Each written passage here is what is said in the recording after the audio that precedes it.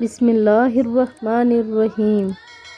عورت کے چہرے کے پردے کے بارے میں آپ کے ساتھ حدیث مبارکہ شیئر کرنے جا رہی ہوں۔ حضرت عائشہ رضی اللہ تعالیٰ عنہ فرماتی ہیں کہ ہم عورتیں حج میں رسول اللہ صلی اللہ علیہ وآلہ وسلم کے ساتھ احرام کی حالت میں تھی۔